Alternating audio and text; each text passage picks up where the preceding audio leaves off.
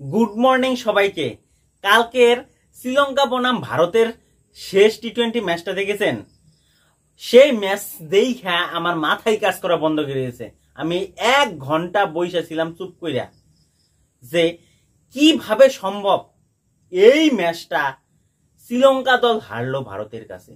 কিভাবে সম্ভব? ভারতের এই ম্যাচটা কোনো দিক দিয়াই কিন্তু জেতার কথা ছিল না।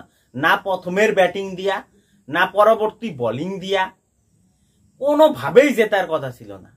ওই যে বলে না যে রাখে হরি মারে কে, সেরকমই কিন্তু ভারতীয় দলের কিন্তু গতকাল কিন্তু অবস্থাটা হয়ে গেল।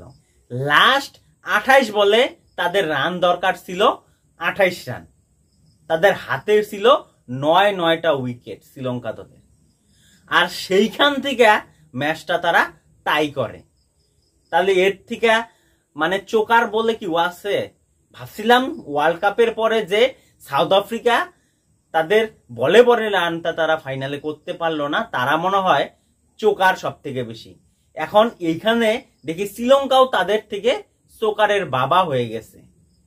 ইনফ্যাক্ট ওটা বাদ দাও, লাস্ট 28 বলে 28 রান করতে পারে নাই, 9 উইকেট ছিল, সেটাও বাদ দেওয়া যায়। লাস্ট 2 ওভারে মাত্র 9 রানের দরকার ছিল, হাতে তাদের 6টা উইকেট ছিল। সেইখান থেকে রিঙ্কু সিং আর সূর্যকুমার মতো বলার, যারা জীবনে কোনোদিন বল করে নাই, তারা আনন্দে আনন্দে বল করতে আসছে। আমরা ওই যে বারার ক্রিকেটে খেলি না, দে আমি ব্যাটিং করছি, তাই কি হয়েছে, একটু বোলিং করে দেখি কেমন হয়। ঠিক সেরকম ভাবে তারা বোলিং করতে আসে, কিন্তু তারা দুইটা উইকেট নিয়ে নিল, প্লাস রানটারও কিন্তু তারা জিতবার দিল না। তার সাথে সাথে কিন্তু তারা সুপার ওভারে কিন্তু পরিণত করে দিল ম্যাচটা। কি আর বলবো, 19তম ওভারে আইসা রিঙ্কু সিং 3 রান মাত্র খরচা করছে, মাত্র 3 রান খরচা করে দুইটা উইকেট তুলে নিছে। আর 20তম ওভারও আইসা ক্ষেত্র 5 রান খরচা করছে, 5 রান খরচা করে সূর্যকুমার যাদবও দুইটা উইকেট তুলে নিছে।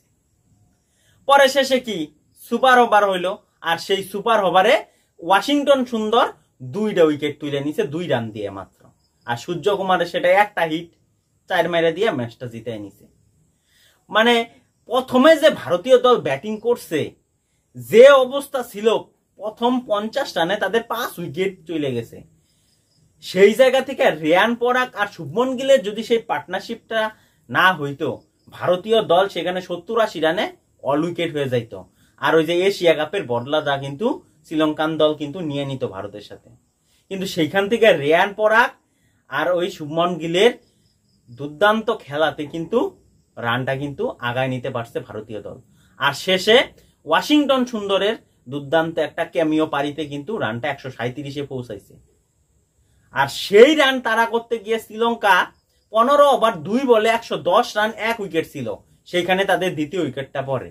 আর সেখান থেকে তারা 8টা উইকেট হারায় এবং ম্যাচটা তারা জিততে পারলো না, তারা টাই করে দিল। তাহলে এইটাকে বলে হচ্ছে চোকার, যে কিভাবে জেতা ম্যাচ হারা লাগে সাউথ আফ্রিকা, তারপর শ্রীলঙ্কা, তাদের কাছ থেকে শেখা যায়। এইখানে আরেকটা জিনিস লক্ষ্য করলাম, যে গৌতম গম্ভীর যে প্র্যাকটিস করাইতেছিল, যে হার্দিক পান্ডেরি দিয়া স্পিনার বল, সূর্যকুমার যাদবরে দিয়া বল, এদিকে রিঙ্কু সিংহ কিন্তু রোটি সেগে চলে গেছে। মানে আর কি বলবো, সূর্যকুমার যাদব আর গৌতম গম্ভীরের এরাতে কি যে শুরু হবে ভারতীয় দলে, যে কি চেঞ্জেস আসবে আরো হয়তো দেখার বাকি আছে। কি একমত হলে অবশ্যই কমেন্ট করে জানাও। আর ভিডিওটা ভালো লাগলে অবশ্যই লাইক করো, শেয়ার করো। যদি ফেসবুকে দেখো অবশ্যই ফলো করো, ইউটিউবে দেখলে সাবস্ক্রাইব করে আমাদের পরিবারের সঙ্গে থাকো। ধন্যবাদ, দেখা হচ্ছে পরবর্তী আপডেটে।